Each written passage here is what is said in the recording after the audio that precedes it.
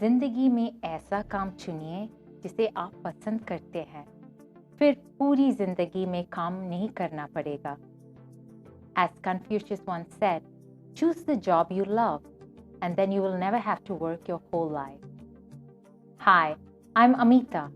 Join me weekly as I chat with guests who will inspire and discuss trending topics that will help us make our own mark in the spotlight. आज हमारे साथ studio में है एक ऐसी कलाकार जो अपनी कला से सारी दुनिया में परिवर्तन लाने की कोशिश कर रही है. I welcome to the studio Artistic Director of Limitless Productions, a writer and a public speaker, Miss Ashima Suri. Hi Ashima. Hi Amitha. It's a pleasure to have you with me in the studio today. Oh, thank you so much for having me. I'm so fascinated by the mission you have taken on, especially through Limitless Productions, just being one of the multiple hats you wear. Mm-hmm. So I know that Limitless Productions is out there, an Indo-contemporary dance theater company that uses performance arts as a tool for social change. Mm-hmm. Has this always been your dream since childhood? Like, how did this come to be? Yes, it's always been my dream to create. When I was younger, I would kind of be a bit of a loner in school because I moved around a lot. So during recess, for example, I would sort of sit on the sidelines and I would imagine all the children and all the things that are on the playground as props. So I would imagine a production. I knew that this was something that not only inspired me, but also helped me to cope with moving around as much as I did as a child. Where did you grow up? I grew up in Canada for the most part, but I was born in England, and then I went back and forth between the UK and Canada. And then I moved to the Middle East, Abu Dhabi, for 4 years, and that was definitely an experience. And it had its own creativity there that really allowed me to explore the contemporary side of what I do. But in South Asian culture, women are not given the freedom to do that creativity or pursue that creativity. What were some of the challenges, if any, that you faced? The limitations sort of put on by your parents, and these are sort of unknown limitations, and I think that a lot of South Asian parents would do the same thing. So I was put into Bharatanatyam, which is a traditional form of Indian classical, and it's beautiful. When I was younger, I disliked it. I didn't like all the costuming that was on me. I didn't like having to squat down all the time. It was just... but I'm sure you're strong now. Yeah, I mean, now I appreciate it for what it is. I see it in a very different light, and I'm able to blend it in the work that I do. But when I was younger, I was still exploring who I was as a person, and then through that medium, I was also trying to explore my creative venture and where I wanted to go and where I wanted to take this. And so the community that I was around, specifically the South Asian community, there wasn't really any sort of role models that I could look up to, where I could say, "Hey, wow, you're doing contemporary work. That's really different." Or even in theater, talking about bold issues, issues of bullying and sexuality, topics that we really address in Limitless Productions, and things that are really near and dear to my heart, to tackle issues that are really real, especially to young people. Now Limitless Productions is even international. Tell us a little bit about Limitless Productions. You went from being that creative youth to conceiving Limitless Productions. How did that come to be? For years, I thought about doing a fusion between Indian classical or just Indo stories and contemporary ballet and contemporary technique. But I don't even want to sort of pigeonhole it into that, because I think we're just limitless. You know what I mean? We just do. And our first piece was called No Limitations. And I was just so excited. It was a 2-minute number, and I remember how long it took me to actually put together. It took me weeks to put this together, and there was definitely a lot of barriers as well too. And I was working out of a party room, like somebody generously gave me access to a party room. I didn't have studio space. I knew nothing of studio space at that time. And we all just did this pro bono. We just worked from our heart and then performed. But I mean, there was barriers while we were doing that. But the high that I received at that point, and it's the high where you feel like, oh my God, you just made a difference. Mm-hmm. Do you know what I mean? Mm-hmm. And it's the greatest gift in the world when you can make a difference. Yeah. And when we got our first grant in 2010. I remember just having like tears welled up in my eyes, and thinking, oh my God, like someone believes in me, someone believes in this, someone's willing to invest in this, and it was just such a gigantic leap for me at that time, because I can tell that most people, when they see what I'm doing, they're like, oh, but you're doing it in your pastime, or it's a hobby, or can't really take it seriously. You being the eldest boy, I think given the greatest responsibility, and this is what I do all the time.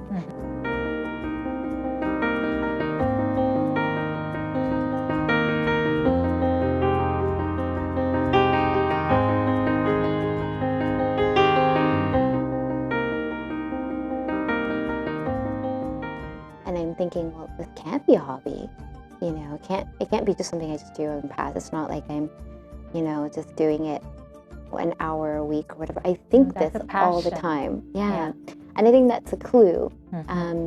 If anyone's out there who's thinking about following their own dreams and their passions, then the clue is that you think about it. Even if you're not doing it and you're working in a 9-to-5 job, you're still thinking about what if. Or another clue would be feeling jealous of somebody doing what you want to do, right? That's an indicator of, oh, well, maybe that's something that you should be doing. Fear doesn't really exist. Fear is just all in our head. And it's just something that we've sort of manifested and made it way bigger than we really need to make it. But our confidence builds when we face fear head on.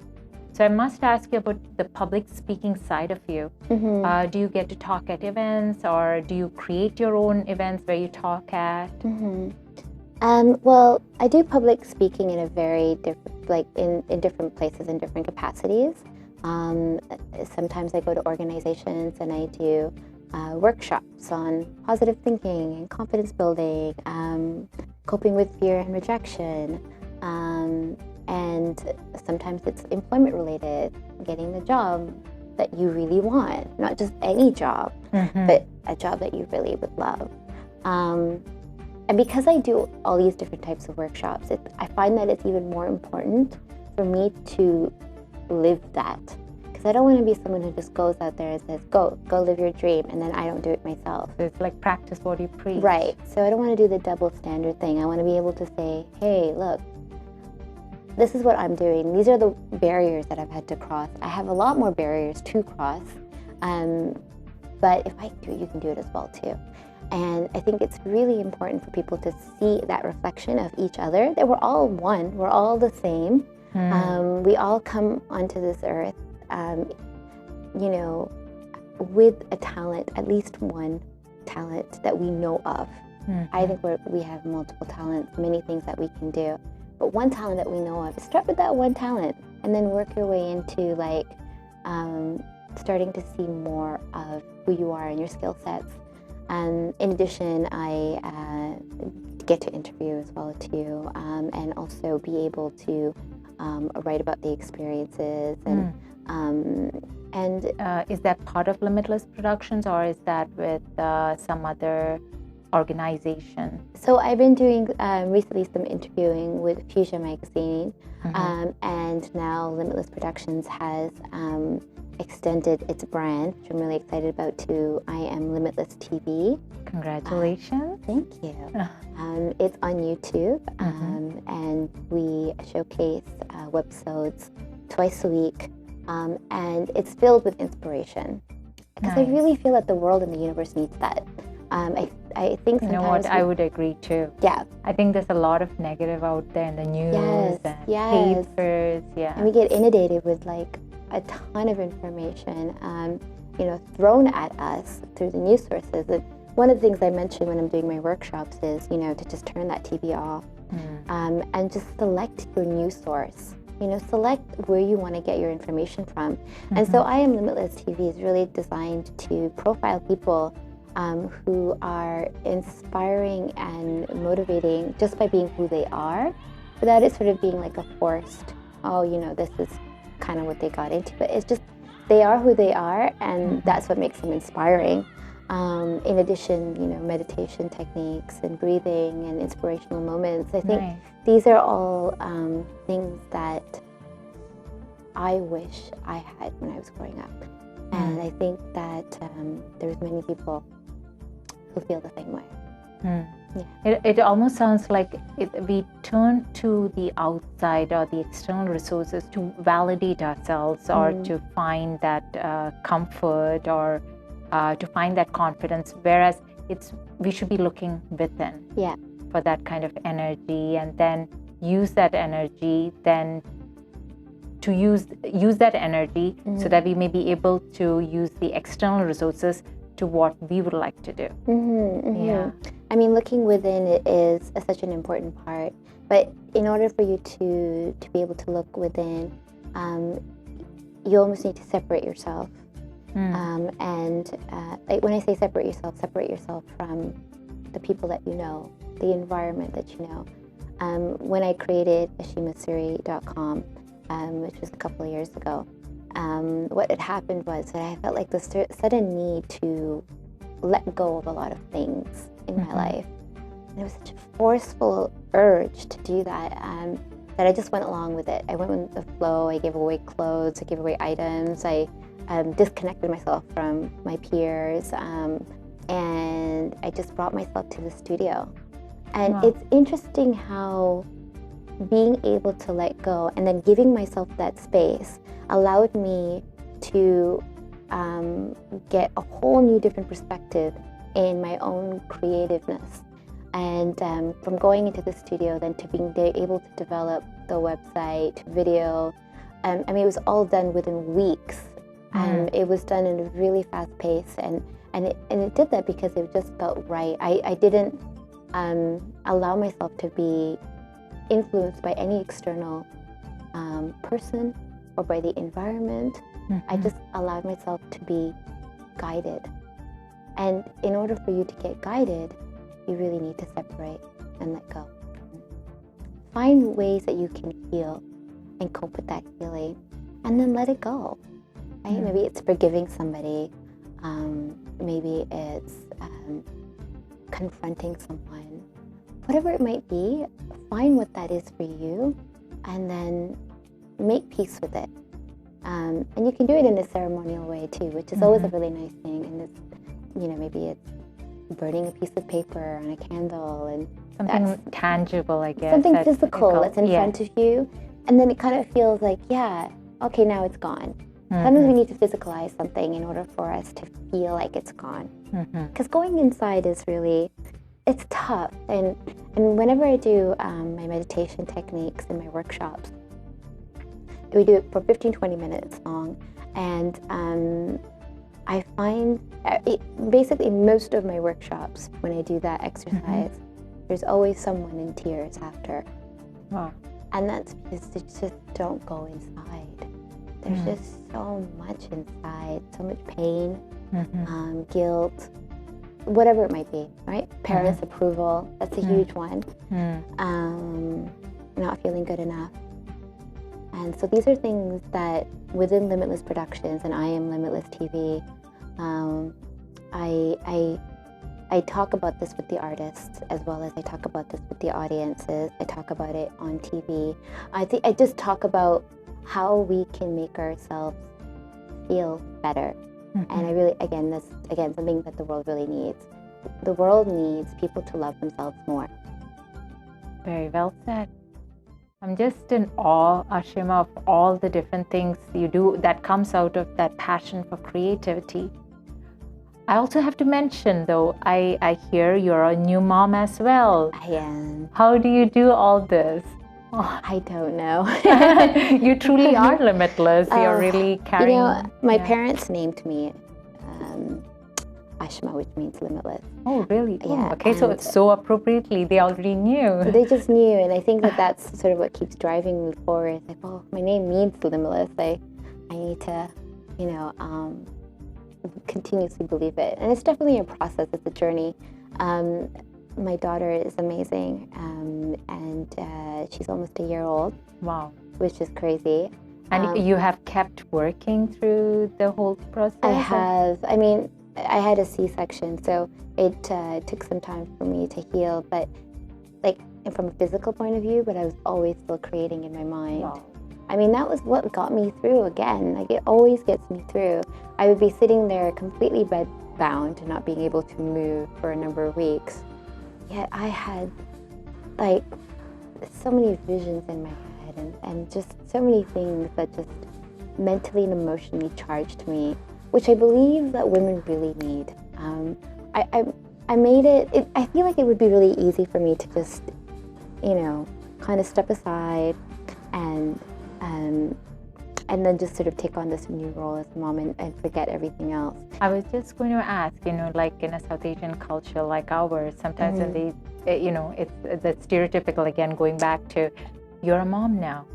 That's what you focus exactly. on and forget everything else. So this is a whole new different chapter and a barrier for me, because it's the idea of the self-approval. And being able to say, hey, I'm a mom, but that doesn't mean that my creativity stops, or that my work stops, or that my passion just suddenly stops and then it's only focused on the child. I think as moms, it's really important to continue with your passion. It doesn't mean you necessarily have to work in a job. It just means find something in your life that makes you feel good. More often than not, women as mothers sort of put themselves right last on the list, and that self-love, that doesn't happen anymore. And they're just like, you know, and that's where I think a lot of the depression comes from. Yeah, And the first postpartum year, depression, you hear about a lot. A lot. And the first year is definitely more crucial, but it actually keeps going on. I mean, you know, the amount of things that you need to juggle, it's exhausting. And if you don't have support, it's even more exhausting. So it's about finding ways and actually having a plan before you even become a mom. That's also really good too. And seeing what it is that's right for you, you know, and how you sort of fit into this whole new picture.